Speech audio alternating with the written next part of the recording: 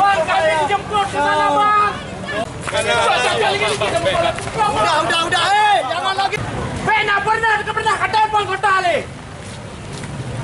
Saya yang tabrak kawan saya. Kipan cerah le.